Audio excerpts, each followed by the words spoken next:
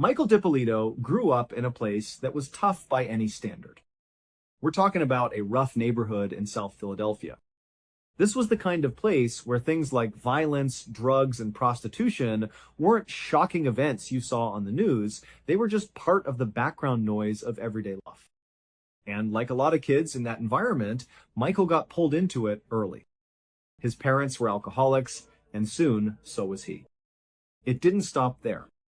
He developed a serious drug addiction, and to pay for it, he started selling drugs himself. School just wasn't a priority for him. He eventually dropped out of high school, and it wasn't long after that he found himself with nowhere to go.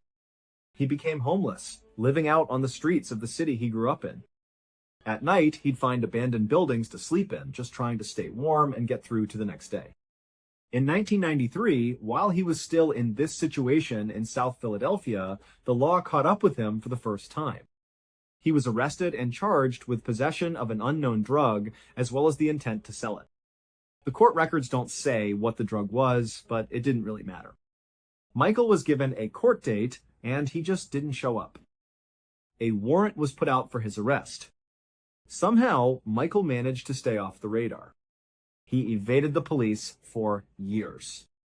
By 1997, he decided he needed a complete change of scenery. He fled South Philly and made his way down to South Florida, landing in a town called Boca Raton. But his old life had a way of following him. Shortly after he arrived, he was arrested for a second time. This time, he had offered an undercover police officer $15 in exchange for sex. He pleaded guilty to soliciting prostitution, but he was released not long after. A year after that arrest, his past came knocking again. A former girlfriend named Karen Tan sued him. She claimed he was the father of her son and that he owed her child support. Karen wasn't just making it up, she had a DNA test to prove it. But, just like with his drug charge, Michael simply didn't show up for court. After a while, Karen must have realized it was a losing battle, and she gave up and dropped the lawsuit. For Michael, this was probably a huge relief. At the time, he was working through a temp agency, making barely any money. He knew he couldn't afford child support. So after that lawsuit was dropped, Michael decided he needed to find a way to make some real money. And in his search for a better opportunity, he somehow crossed paths with associates of the Bonanno crime family. Now, the Bonanno family is one of the 5 infamous families that dominate organized crime in the United States. They are, quite literally, the Italian mafia. When they met Michael, they saw something in him. He was charismatic, a natural talker. They liked him. And they offered him a job, an illegal one, but a very lucrative one. They gave him a role inside one of their so-called boiler rooms. A boiler room isn't a literal room with a boiler. It's a place where a group of fraudsters work the phones using high-pressure sales tactics to steal money from people. The way it usually works is a fraudster will cold call someone, maybe an elderly person, and tell them about this incredible get-rich-quick investment opportunity. But they'd always say, you have to invest right now, or you'll miss out. When the unsuspecting victim agrees and wires over their money, the fraudster just keeps it. Michael turned out to be incredibly good at this. He was a natural salesman, and he could trick people into giving him their money with ease. And so, it didn't take long for him to realize he could make a lot more if he wasn't just an employee. He wanted to be the boss. He figured if he started his own boiler room, his commission on the money he stole could be much, much higher. So, pretty abruptly, he left the mafia's operation. We don't really know how the Bonanno family reacted to one of their guys just up and leaving to start a competing scam. Michael went on to set up not one, but 2 of his own boiler room scams right there in South Florida. By 2002, he had managed to steal $155,000, but he had spent almost all of it. He lived a lavish lifestyle of fancy hotels, expensive cars, and phone sex lines. The good times, however, were not going to last. In 2002, the police finally caught on to Michael's scams. They raided both of his boiler rooms, and Michael was arrested for a third time. And this time, he didn't skip his court date. He stood trial, was found guilty, and was sentenced to 2 years in prison and an incredible 28 years of probation. He was also ordered to pay back every single cent of the $155,000 he had stolen. Michael would only end up serving 7 months of his 2-year sentence, but those 7 months changed him forever. He absolutely hated prison. He hated every single second of it. During the long, sleepless nights he spent lying awake in his cell, he made a promise to himself. He swore that when he got out, when he was finally released, he would never, ever come back. And so, when he was released in 2003, he was a man on a mission. The first thing he did was enter a sobriety program. He started going to the gym every single morning, getting his body and mind right. He also started studying for his GED. That's a high school equivalency test because remember, he had never gotten his high school diploma. A couple of months later, he passed the test and earned his GED. Then, he started a legitimate business. It was a digital marketing firm he called Mad Money Inc. Over the next several years, Michael did his absolute best to stay on the straight and narrow. He focused on his sobriety, his health, and his business. And for the most part, he succeeded. By 2008, he was still sober, though he'd had a few setbacks along the way. His business, Mad Money Inc., was doing very well, earning him nearly $100,000 a year. But his personal life was about to get very messy. Michael had gotten married back in 2007 to his longtime girlfriend, Maria Luongo. Maria had stood by him through everything, including his time in jail. But that year, in 2008, Michael, who was now 38 years old, cheated on her. He met a 26-year-old real estate agent named Dalia Muhammad at a Starbucks. What was probably intended to be a quick, meaningless fling turned into something more. Michael and Dalia fell in love, and they fell hard. Once Michael knew his feelings were real, he went to his wife Maria and told her everything. He told her he was in love with someone else and he wanted a divorce. Just 3 days after the divorce was finalized, Michael and Dalia went down to the courthouse and got married. The newlyweds moved into a brand new condo that Michael had bought for them in Boynton Beach, a beautiful town in South Florida. And for a little while, their life seemed perfect. They knew the way they got together was outrageous, meeting and marrying so quickly, but they didn't care. They got along great and were excited to start their future together. But that perfect life was not going to last. On the evening of the 12th of March, 2009, only about a month after they had gotten married, Michael and Dalia were at home in their condo. Suddenly, they heard a knock on the front door. Michael went to see who it was. He opened the door, and to his complete surprise, his probation officer was standing on his doorstep. And behind the probation officer was a whole group of police officers. Before Michael could even ask what was going on, his probation officer told him that they had received an anonymous phone call. The caller had tipped them off that Michael was selling steroids, ecstasy pills, and other drugs out of his condo. Michael was stunned. He told the probation officer there was no way that was true. He insisted he wasn't selling any drugs. He was sober. He wasn't involved in that life anymore. Eventually, seeing that they were serious, Michael just stepped aside. He said, "Please, come in. Search my condo. I have nothing to hide." So, that's what they did. The police came inside and searched the entire place. But just as Michael had said, they didn't find anything. And so, they left. After the police were gone, Michael and Dalia just stood there in their condo, completely dumbfounded. What just happened? Who would make a call like that? But instead of trying to figure it all out right then and there, they decided the best thing to do was just to get out of the condo for the night. They packed a couple of bags, left their home, which was a total mess from the police search, and went to stay at a nice hotel.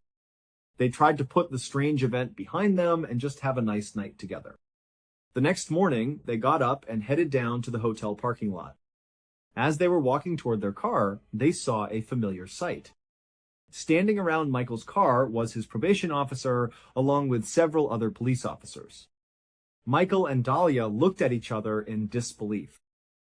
What is going on?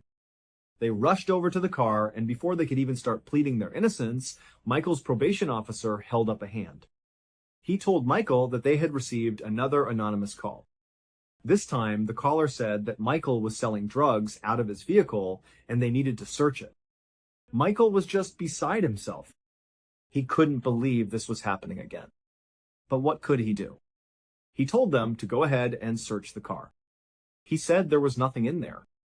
And so the police opened up his car and tore it apart, looking for anything illegal. And once again, they found nothing. Over the next couple of weeks, this was the only thing Michael and Dahlia could talk about. Who was making these anonymous calls? Why was someone claiming Michael was selling drugs from his condo and his car? It just didn't make any sense. They wanted to believe it was all just some big, crazy mistake, but in the back of their minds, they both knew about Michael's very checkered past. They thought about his dealings with the mafia and all the people he had ripped off in his boiler room scams. They started to wonder if maybe, just maybe, someone from his past was looking for revenge, trying to get him arrested and sent back to jail. Fast forward to March 29th. This was 17 days after that first raid on their condo. That night, Michael and Dahlia had been out to dinner at a restaurant. When they left and walked out to the parking lot, they were met with the same unbelievable scene. Standing around Michael's car were several police officers, clearly waiting for him. This time, they didn't even need to ask why the police were there. Michael and Dahlia walked over to them and just started pleading. They told the officers that this had to be a setup. They insisted they didn't have any drugs in the car. They begged the police to understand that someone was doing this to them. But this time, when the police searched his car, they would find something. After a thorough search of Michael's car, the police found a small bag of cocaine. It was stuck inside of a cigarette carton, which was tucked away underneath the spare tire in the trunk. When Michael saw the officer pull the bag of cocaine out, he just broke down. He started to cry. He knew, even though the drugs were not his, and even though he hadn't put them there, that he was going to jail. He was on probation. A possession charge would be a clear violation, and he would be sent right back to prison. He just stood there crying, pleading with the police, swearing that the cocaine was not his. Meanwhile, Dahlia was watching all of this unfold. And for a moment, she started to second-guess everything. Was Michael lying? Was he actually selling drugs and had been lying to her this whole time? But then she looked at her husband. He was crying hysterically, and he looked so sincere, so genuinely terrified. And in that moment, she decided she believed him. She was convinced he had to be telling the truth. So pretty soon, she was standing right there beside Michael, also pleading with the police. She told them to let him go, that this was obviously a setup. Amazingly, the police officers seemed to be listening. They were already aware of the two previous false tip-offs about Michael. They told Michael and Dahlia that they did think the situation was pretty suspicious. Someone keeps calling in about you selling drugs, and now, suddenly, drugs magically appear in your car. It seemed too convenient. So, the officers told them what they were going to do. They said they were going to confiscate the cocaine, but they were not going to arrest Michael. They told them to go home, be safe, and to call them immediately if they saw or heard anything strange. And they promised they would start an investigation to figure out who was making all of these anonymous calls. Michael and Dahlia were so relieved they could hardly believe it. But at the same time, they were also terrified. It was clear now that whoever was trying to get Michael in trouble was willing to break into his property to do it. What was stopping them from breaking into their condo and planting drugs there too? After the police left, Michael and Dahlia jumped in their car and sped back to their condo. They went inside and searched the entire place from top to bottom. They were looking for any sign that someone had recently been inside, or for any more drugs or anything else illegal that might have been planted. After a long search, they found nothing. So they locked all their doors, shut all their windows, closed all the blinds, and just prayed. They prayed that the police would be able to quickly find out who was doing this to them and make it stop. But over the next few months, the police didn't figure out who the anonymous caller was. And that was because the caller had stopped calling. The phone calls just ended. And for a little while, Michael and Dahlia started to believe that the whole terrifying ordeal was finally over. They slowly returned to their normal lives. But on the 5th of August 2009, roughly 4 months after the cocaine had been found in Michael's car, the anonymous caller would come back with a vengeance. On that morning, at around 5:45 a.m., Dahlia left the condo. Michael was still in bed, asleep. She headed out to her local gym to get a workout in. Around 6:30 inches the morning, she stepped off the treadmill and checked her phone. She saw she had a missed call from a number she didn't recognize. The number had also left her a voicemail. So she called her voicemail and put the phone to her ear. As she listened to the message, her heart started to race. It was a Boynton Beach detective. He was telling her that there had been some sort of incident at her condo and that she needed to come back right away. Terrified, Dahlia grabbed her things and ran out of the gym. She got into her car and immediately called the number back.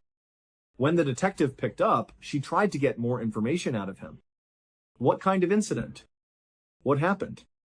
But the detective would only say that it involved her husband, Michael, and that he would explain everything when she got back to the condo. In a total state of shock, Dahlia started her car, sped out of the parking lot, and headed home. When she turned onto her street and saw her condo, she slammed on the brakes. The entire area was a chaotic scene. In front of her condo were multiple police cars, their lights flashing. Police officers were walking all around the property. Yellow crime scene tape was stretched across the front of her home. And inside that taped-off area, there were crime scene photographers taking pictures of her condo. As Dahlia sat there in her car at the end of the street just staring at this unbelievable scene, one of the Boynton Beach police officers saw her. He walked up to her car, and after confirming that she was Dahlia DiPolito, he told her to leave her car right where it was and to come with him. Dahlia knew, obviously, that something terrible had happened, but she still didn't know exactly what. She put her car in park, got out, and began walking with the police officer. He led her toward a small group of 3 people who were standing right in front of her property. It turned out one of them was the detective who had called her on the phone. As soon as that detective saw Dahlia approaching, he walked over to her. And then, very matter-of-factly, he told her that someone had called in a disturbance at their condo. He said that shots were fired, and unfortunately, her husband, Michael, was dead. Dahlia became totally hysterical. An officer gently led her away from the scene and into a nearby police car. They drove her to the police station, sat her down in an interrogation room, and began asking her questions about her husband. The detective said to her, "Look, I know you just found this out, but we have to figure out what happened. There's a killer on the loose, and we need to find this person and stop them." At first, the conversation was mostly just Dahlia crying while the detective tried to calm her down. But eventually, she started talking. She told the detective all about the anonymous caller who kept phoning the police and claiming Michael was selling drugs. She told him how she and Michael suspected that the caller was probably connected to someone from his past. Maybe someone from the mafia, or maybe one of the victims from his boiler room scams. She said it could be any number of people that Michael had wronged over the years. The detective took diligent notes, listening patiently to everything Dahlia said. Then, during a break in the conversation, he looked at her and said, "Okay, it's time to get serious. I need to know if you know this guy." Dahlia, who had been looking down at the table, looked up, confused about what he was talking about, and then the door to the interrogation room opened. A huge man in handcuffs walked into the room. An officer was yelling, "Come here! Bring this guy in here!" "Get over here." "Do you know who this guy is?" Dahlia looked at the man and said, "Never seen him before." The officer asked the man, "Do you know her?" The man looked at Dahlia. An officer said, "Put your head up and look at her." The man said, "I've never seen her before." The officer then asked him, "What were you doing coming out of her house?" Then he ordered for the man to be taken out of the room. It would turn out Dahlia was lying. She knew exactly who that man was. The truth was, almost immediately after marrying Michael 6 months earlier, she had stolen $200,000 from him. But apparently, that wasn't enough for her. She wanted the rest of his money, and she wanted his condo too. So, she had been the anonymous caller all along. She was the one who kept calling the police, tipping them off that Michael was selling drugs out of the condo and out of his car. She was the one who planted the bag of cocaine in the back of his car. She wanted him to get arrested because she knew that since he was on probation, he would go back to jail for a really long time and she would get everything. But when her efforts failed and Michael didn't get arrested and sent back to jail, Dahlia moved on to Plan B. She reached out to one of her ex-boyfriends and asked him a chilling question. She asked him if he knew any hitmen that could murder her husband. At first, the ex-boyfriend didn't think she was serious, but she kept asking him about it. She started offering to pay for it. She was making it very clear that she wasn't joking around. So the ex-boyfriend basically told her no, he didn't know any hitmen. And then he hung up the phone and called the Boynton Beach Police Department. He told them everything about Dahlia and her plan to hire a hitman to kill her husband, Michael. When the police found out about this plot, they immediately had one of their undercover agents pose as a hitman. They set up a meeting with Dahlia. That undercover agent was the huge guy in handcuffs who was just led into the interrogation room with her. Dahlia had gone to meet this fake hitman. She got into his car, and there was a hidden camera in the back seat filming her the entire time. She was caught on camera saying she wanted to kill her husband. She gave money to the undercover agent as a down payment. Then, just as she was about to get out of the car, the agent turned to her. He said, "Are you sure you want to do this? Because as soon as you leave this car, it's done. I am going to kill Michael, and you can't stop it." Dahlia's reaction was captured on film. She said, "It's not changing. No. There's no positive 5,000% sure." She went on to say, "No, when I say I'm going to do something, I'm going to do it. As soon as he told me about getting the money from you, I went and I grabbed it right away. We were good to go. With me, you're not going to have a problem. You're not going to have an issue." So, the Boynton Beach Police Department now had all this information. They knew exactly what Dahlia thought was going to happen. And they decided they could use this information to set her up in the most elaborate way possible.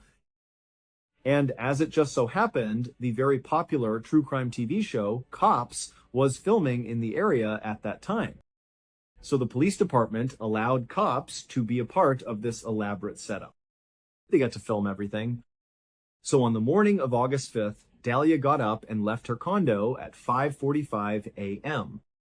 She headed to the gym, believing in her mind that the hitman would be coming to her condo right after she left.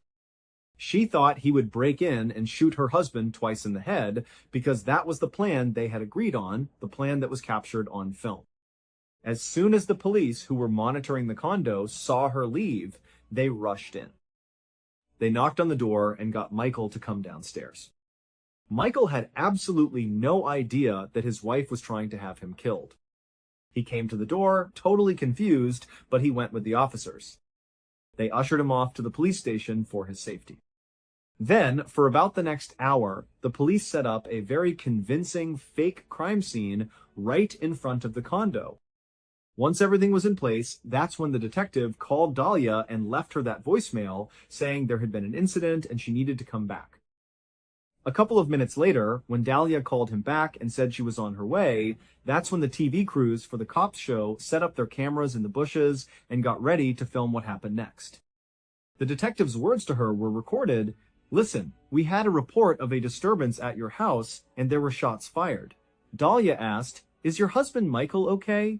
And the detective delivered the line, "I'm sorry to tell you, ma'am, he's been killed." Back in the interrogation room, after the fake hitman was pulled out and Dahlia had denied knowing him, the detective just stared at her in total silence for a minute. And then he broke the news. He told her he knew all about her murder-for-hire plot and that she was going to jail. He told her, "You're under arrest." That's an undercover police officer. Everything has been recorded. You were photographed in the convertible when you sat in his car in front of CBS. She started to deny it, saying, "I didn't do anything." The detective cut her off. "You're going to jail. Don't tell me you didn't do anything. You're going to jail today. As soon as I'm done, they're going to come in here and handcuff you and take you to the Palm Beach County Jail. We're going to book you for solicitation of first-degree murder on your husband. Your husband is well and alive." Dahlia's response was a disbelieving, "Oh, yes. Thank God." The detective continued, "Thank God. He doesn't want to see you." After Dahlia was arrested, while she was still sitting in that interrogation room, the Boynton Beach Police Department made a special point of walking her husband, Michael, past the open door so she could see him. Her reaction was caught on tape. "Oh my God, he's alive! Come here, please. Come here, please. Come here. Come here, please. Come here." "Why not?" "I heard you, Mike. Come here, please. Come here." Dahlia was initially sentenced to 20 years in prison for what she had done. But after a retrial, which was granted because of jury bias in her first trial, her sentence was reduced to 16 years. Thank you so much for watching. Let me know what you thought of today's episode in the comments. And remember, we have a whole playlist of true crime episodes ready for you to binge right now. Until next time, see ya. Sometimes the boundary between reality and fiction is thinner than a breath. We like to believe that we live in a world governed by logic, a world where actions have clear consequences, where the law is absolute, and where the forces of nature follow predictable paths. But every so often, the universe rips open a seam, and we are forced to stare into the abyss of the truly strange. Today, we aren't just looking at stories. We are looking at fissures in the fabric of human experience. From the man who was forgotten by justice, to the family whose minds fractured in perfect unison, and the woman who danced with the storm at the edge of the stratosphere, are tales that defy explanation. If you are a fan of the dark, the mysterious, and the unexplained, you have arrived at the right place. We peel back the layers of reality, one mystery at a time. But be warned, some truths are better left buried. Let's descend into the shadows. In the year 2013, in the quiet, tree-lined suburbs of Webster Groves, Missouri, Cornelius Mike Anderson was the pillar of his community. He wasn't just a man, he was a monument to personal redemption. After a troubled, drifting youth, Mike had completely recalibrated his life. He operated a thriving construction business, he was a devoted father to 3 children and a stepchild, and his Sundays were spent tirelessly volunteering at his local church. He was the kind of guy who didn't just coach the youth football team, he was the one who stayed behind after the lights went out to paint the lines on the field. To the residents of Webster Groves, Mike Anderson was a local hero, a man whose life was an open book of hard work and compassion. But every book has a page the author hopes no one will ever read. For Mike, that page was written in 1999. Back then, at 23, he was a lost soul, desperate and prone to impulsive, violent decisions. In a moment of devastating stupidity, he had robbed a Burger King at gunpoint. By the year 2000, the law had caught up with him. He was convicted of armed robbery and sentenced to 13 years in a state prison. It felt like the end of the line. Yet, destiny had a bizarre twist in store. While waiting for the outcome of his appeal, Mike was granted bail. He walked out of the courtroom, a free man in a state of purgatory, waiting for the inevitable.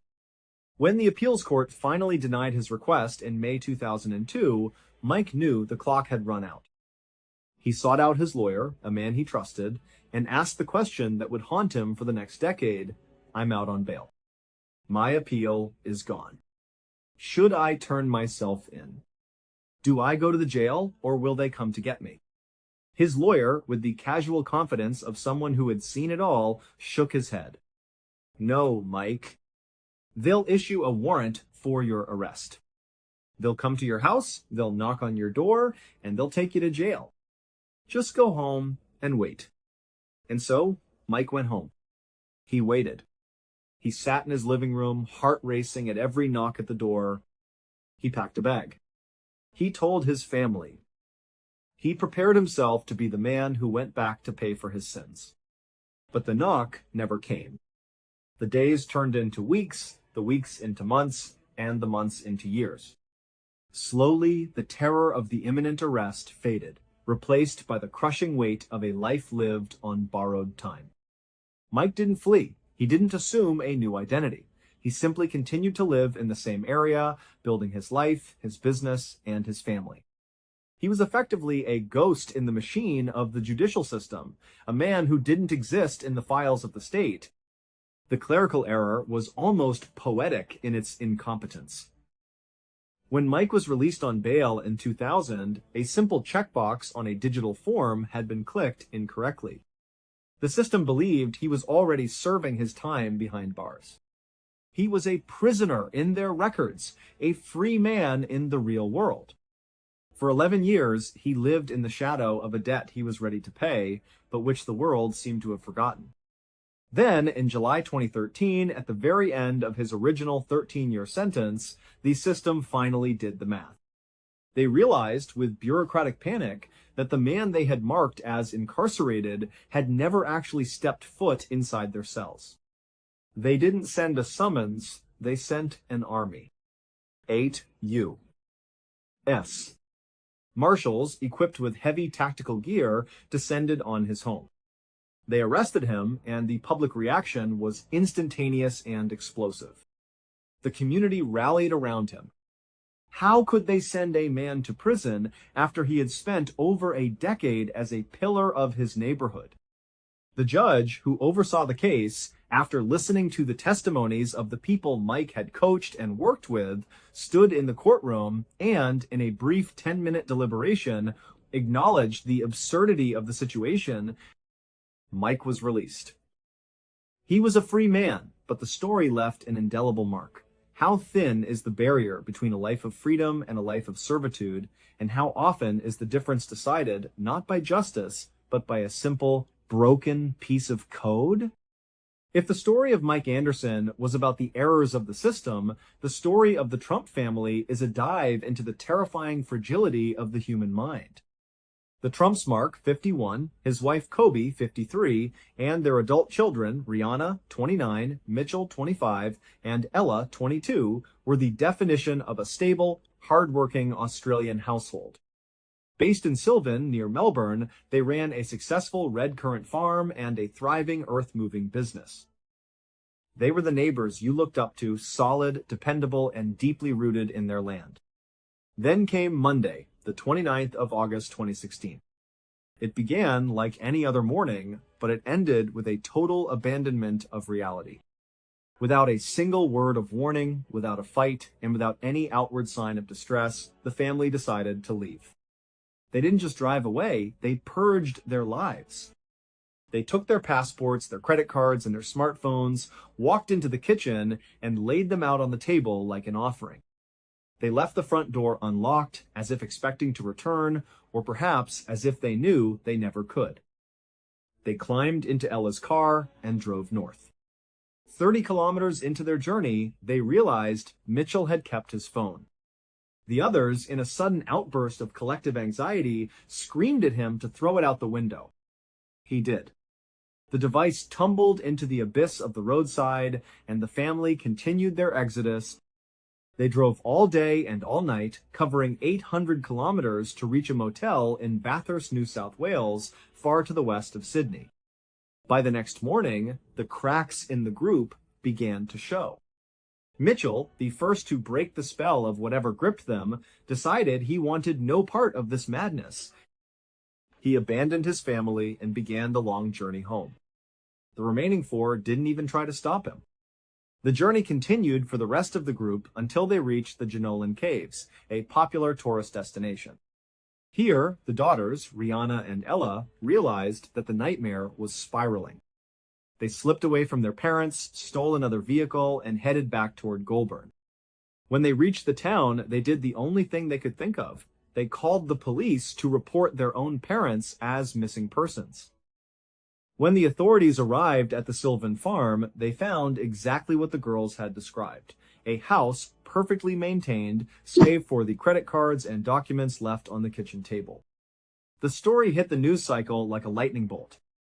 At first, the media mocked them. Who gets lost in their own country? Who leaves their life behind for no reason? But as the investigation deepened, the ridicule turned to confusion. Police found no evidence of drugs, no debt, no religious cults, and no history of mental illness. The story grew darker as the members of the family were tracked down. Rihanna was found hiding in the back of a utility truck miles away in a catatonic state. She didn't know her name, she couldn't recognize her surroundings, and her eyes were glazed over as if her mind had simply shut down to protect itself from something invisible. Mark and Kobe, meanwhile, kept driving, separated, and then were found in various states of agitation and paranoia across Victoria. By Saturday, the entire family was accounted for, but the mystery only deepened. The leading theory among psychiatrists is a phenomenon known as folie à deux, or in this case, folie à famille. It is a rare, devastating psychological event where one person, gripped by a delusional crisis, manages to infect the minds of those closest to them. The members of the group begin to reinforce each other's fears, creating a feedback loop of paranoia that feels, to them, entirely justified. They weren't crazy in the traditional sense, they were trapped in a mutually constructed reality. When the dust finally settled and they returned to their farm, they slammed the door on the public. They offered no interviews, no justifications, and no apologies. They chose to disappear into the silence, leaving the rest of us to wonder, what if we were all just one small push away from losing the world we know? Ewa Wisniewska was not a woman prone to fear. In 2007, she was the world's top-ranked female paraglider, a woman who treated the sky as her office. On February 24 at Mount Bora in Australia, she was preparing for a major competition. The sky was an ominous, bruised gray, but Eva was determined to get one last training flight in before the season began. Her team cautioned her, but she trusted her glider, and more importantly, she trusted her own instincts. The launch was perfect. For the first 12 miles, it was a dream flight, smooth, steady, and exhilarating. Then, she saw them. 2 massive thunderstorm clouds loomed ahead. They weren't just clouds, they were mountains of vapor that seemed to swallow the horizon. Most of the other pilots had seen the storm and grounded their flights, but Ewa and 2 other men decided they could dodge the edge of it. They were wrong. The 2 clouds collided, creating a massive 12-mile-wide cumulonimbus cell, a supercell that transformed the atmosphere into a vertical wind tunnel. A violent updraft caught them, pulling them upward with a force that defied physics. Ewa's companion, a man from the Austrian team, managed to spiral his way out of the grasp of the updraft, but as he descended, he watched in horror as the Chinese pilot and Ewa were sucked into the dark, churning throat of the storm. Inside the cloud, Ewa felt like she was trapped in a rocket. She was being lifted at 60 feet per second. The roar of the thunder was deafening, vibrating through her very bones. It was pitch black, saved only by the blinding, flickering veins of lightning that cracked the air around her. She was being pulled toward the eye of the storm, the most violent place on Earth. She reached the top of the cloud, but the updraft didn't stop. She hit the altitude of 32,634 feet. That is higher than the summit of Mount Everest. She was in the upper atmosphere, where the air is thin and the cold is absolute. Everything she touched turned to ice. Her face, her gloves, the fabric of her glider. Lack of oxygen took its toll, and Eva lost consciousness. She was drifting in the frozen silence of the stratosphere, a woman floating at the edge of space, her glider encased in a shell of ice. She should have died then and there, a frozen statue suspended in the heavens. But then, after 45 minutes of drifting in the void, a piece of ice on one side of her glider fractured. The wing collapsed, throwing her into a terrifying, uncontrolled freefall. She began to plummet back toward the earth, still unconscious, spiraling down through the heart of the storm. It was a plunge that should have shattered her body upon impact, but as she fell through the lower, warmer layers of the clouds, the sudden change in air pressure and the violent turbulence acted as a jarring alarm. Her glider, whipped by the wind, miraculously snapped open. The sudden, violent jerk of the canopy fully inflating jolted Ewa awake. She gasped for air, her senses rushing back as she realized she was falling toward the ground. She took hold of the toggles, corrected her descent, and made a crash landing in a field. She was battered, bruised, and suffering from frostbite, but she was alive. When she was taken to the hospital, the doctors could barely believe their diagnostic charts. Aside from the injuries from the hail and the cold, she was healthy. Ewa had reached an altitude that no unprotected human in history had ever survived. She had been higher than a commercial jet, in the middle of a thunderstorm, and she had walked away to tell the tale. It was a reminder that while humanity is small, there are moments where we can survive the impossible, and that sometimes the world is much bigger and much more mysterious than we dare to imagine. 3 stories. 3 different manifestations of the world's hidden complexity. Mike Anderson, the man who was a ghost in the system.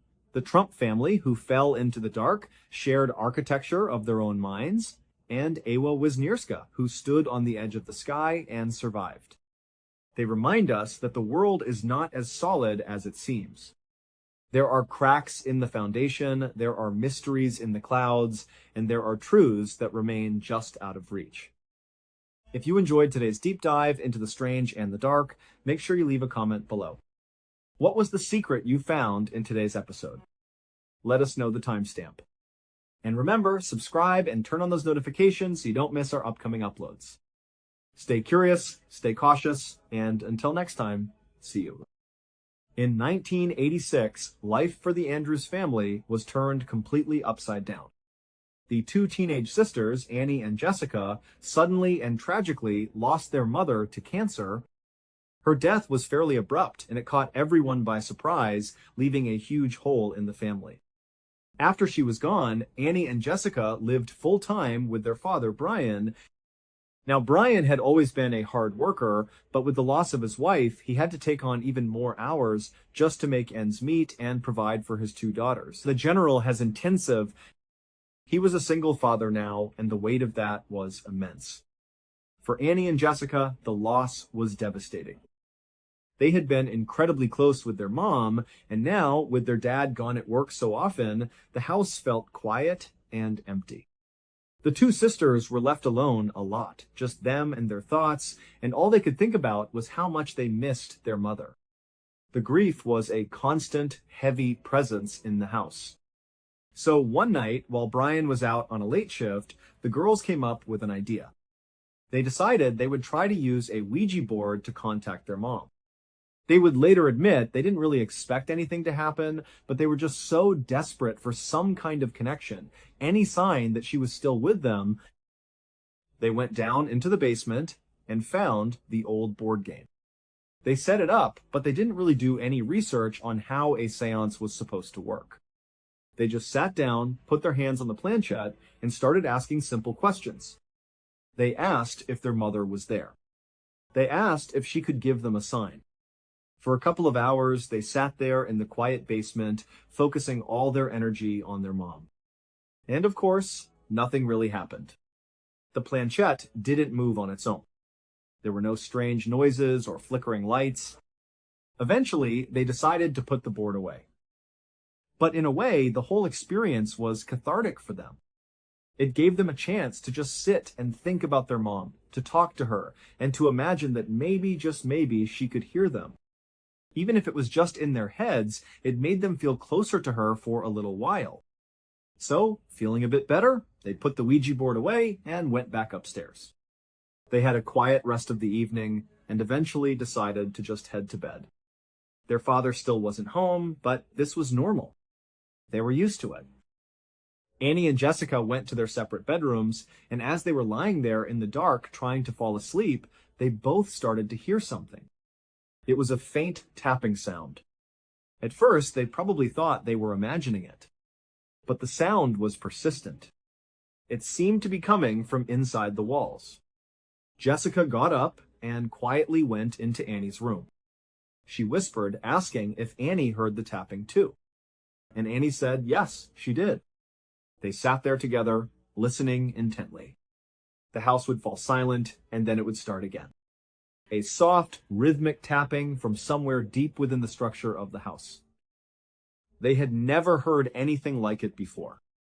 Now, these two girls were grieving deeply. Their minds immediately went back to the seance they had just performed. Could it be? Was this the sign they had asked for? They wanted to believe it so badly, they started whispering to each other that it must be their mom. She was trying to get in touch with them. The seance must have actually worked. And so, what started as a potentially scary sound turned into something hopeful. They started asking questions out loud into the empty room. They asked, "Mom, are you here with us right now?" They asked if she could show herself, if she was okay, if she was watching over them. It was a strange mix of fear and comfort. The idea of a spirit in their house was unsettling, but the thought that it was their mother's spirit there to look after them was deeply reassuring. When their father, Brian, finally got home from work that night, the tapping had stopped. The girls rushed to tell him what happened. They were excited, not scared. They told him about the Ouija board and then about the tapping sounds in the walls, convinced it was their mom. Brian was exhausted. He'd worked a long day, and he was still processing his own grief over losing his wife. He listened to his daughters, and his heart broke for them. He was sure they were just making it up, a product of their grief and their desire to have their mother back. He thought, they're struggling, they miss their mom so much, and this is how it's coming out. That first night, he even considered getting them into some kind of therapy or grief counseling, not because he was angry, but because he was worried. He saw this as a clear sign that they weren't coping well. But for now, he just tried to calm them down. He told them, "Look, girls, just go back to bed. I'm sure she's looking out for all of us." He didn't want to dismiss their feelings entirely, but he also didn't want to encourage what he saw as a fantasy. So, the girls went back to their rooms, and Brian didn't think too much more of it that night. He was just a tired, grieving father worried about his kids. But the tapping didn't stop. Over the next several days, it continued, and it actually started to get more frequent. It got so persistent that it began to disturb the girls' sleep. Night after night, they would lie awake, listening to the tapping inside the walls. And every time they would get scared and call for their father to come check on it, the moment he would step into the room, the tapping would stop. It was maddening for them. It made them feel like they were going crazy. Then, other strange things started to happen. When the family would leave the house for the day, for school or work, they would come back to find things out of place. It was always small things, subtle changes. A piece of furniture would be moved just slightly from its original position. Some of the silverware in the kitchen drawer would be rearranged. Little objects on shelves would be shifted around. It was just enough to be noticeable, to create a feeling that someone or something had been there while they were gone. Of course, Annie and Jessica were convinced it was the spirit of their mother. But Brian was having none of it. He sat them down and told them firmly that this had to stop. He said, "Guys, I know this is you. I know how much you miss your mom, and I know you want this to be real. You want her to be here with us, but she's not. You have to stop moving the furniture around. This whole ghost thing is not healthy." He warned them that if it continued, he was going to insist they start seeing a grief counselor. For the girls, this was a terrible blow. They were adamant that it wasn't them. They were genuinely scared now.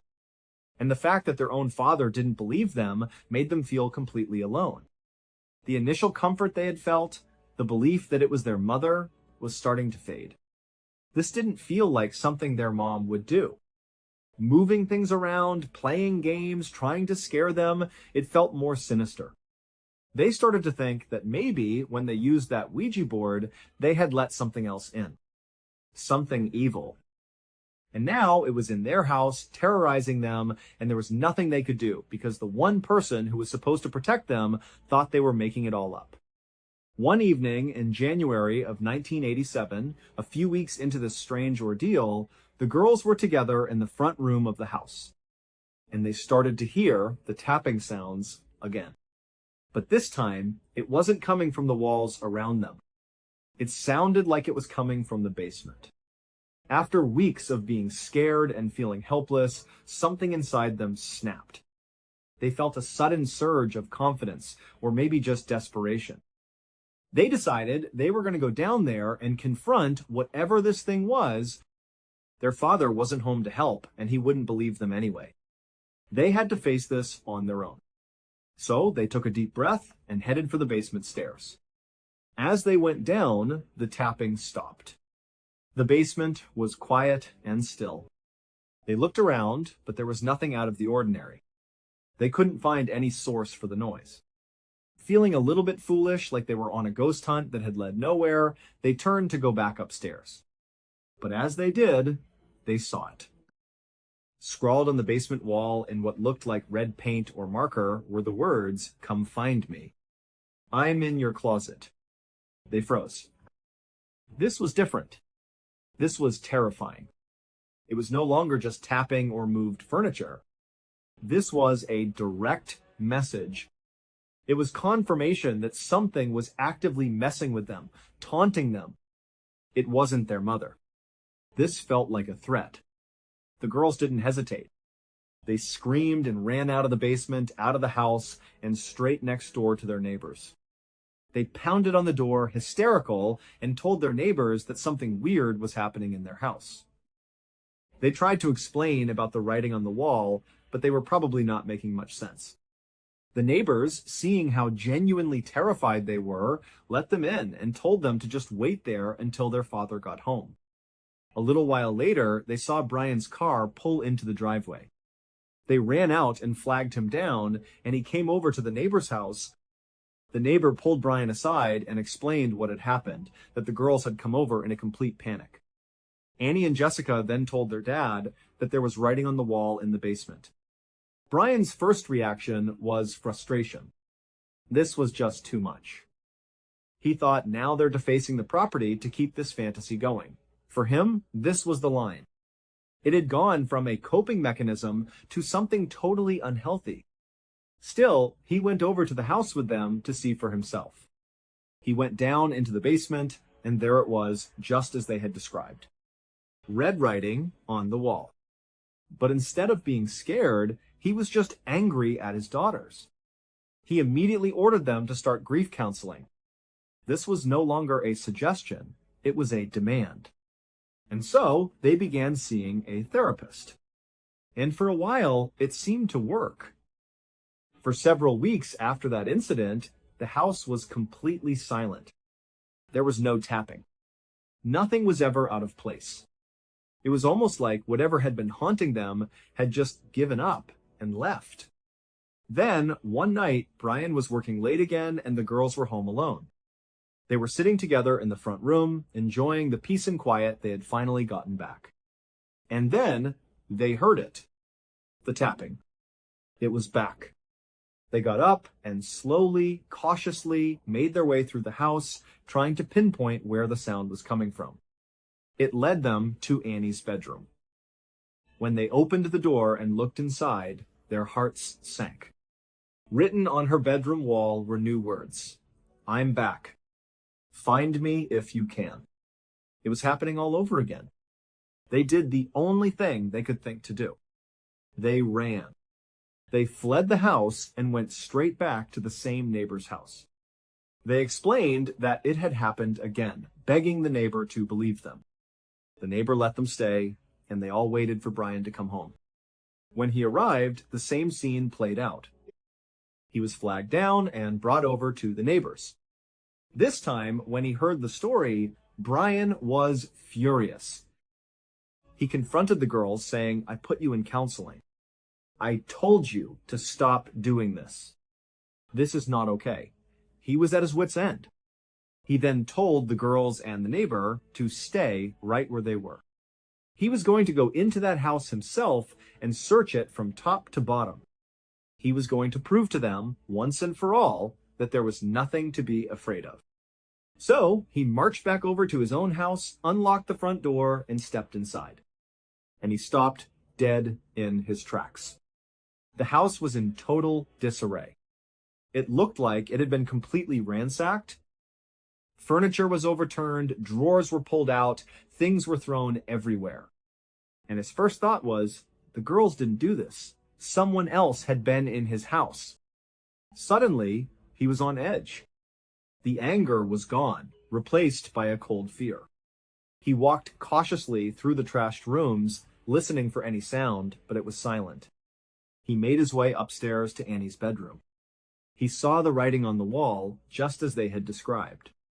And then he looked towards the closet, and he saw a man standing there. The man was wearing women's clothes. In fact, they were his dead wife's clothes. He was also wearing a wig and carrying a small hatchet. This figure, this man in a dress, was just standing in the closet, staring at Brian. Brian was completely startled. For a second, he was just frozen. Then, the man in the dress started running. He charged out of the closet, and Brian, reacting on instinct, tried to grab him to fight him, but the man was fast and managed to push past Brian and run out of the room. Brian, shaken but now filled with adrenaline, started chasing after him. But the guy was quick. By the time Brian got downstairs, the man was gone. He searched the house frantically, but there was no sign of him. Realizing the man had a hatchet, Brian decided the safest thing to do was get out. He ran out of the house back to his neighbors and yelled for them to call 911. There was an intruder. He stayed with his daughters while the police arrived. They went into the house and conducted a thorough search. They looked everywhere, but they couldn't find anyone. They told Brian that they were sure someone had been there based on his very convincing story and the state of the house, but the person was long gone now. There wasn't much they could do other than advise him not to stay there that night. They said they would keep an eye on the house, do some patrols, but until the intruder was caught, it wasn't safe for the family to be there. And so, the family was left with no answers. Who was that person? How did he get in? And more importantly, how did he get away? Brian was racking his brain. A man in a dress carrying a hatchet is a pretty distinctive sight. How could he just vanish into the neighborhood without anyone seeing him? For the next 2 weeks, Brian and his daughters stayed with relatives. It was a horrible, traumatizing time. Brian was consumed with guilt. He felt like a terrible father. He had left his girls alone night after night in a house with some crazy person living inside of it. He had never believed them. He kept thinking about what could have happened and how it would have been all his fault.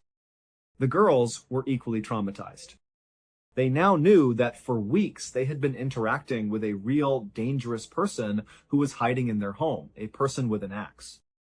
But after 2 weeks, living with relatives in a cramped space was getting difficult.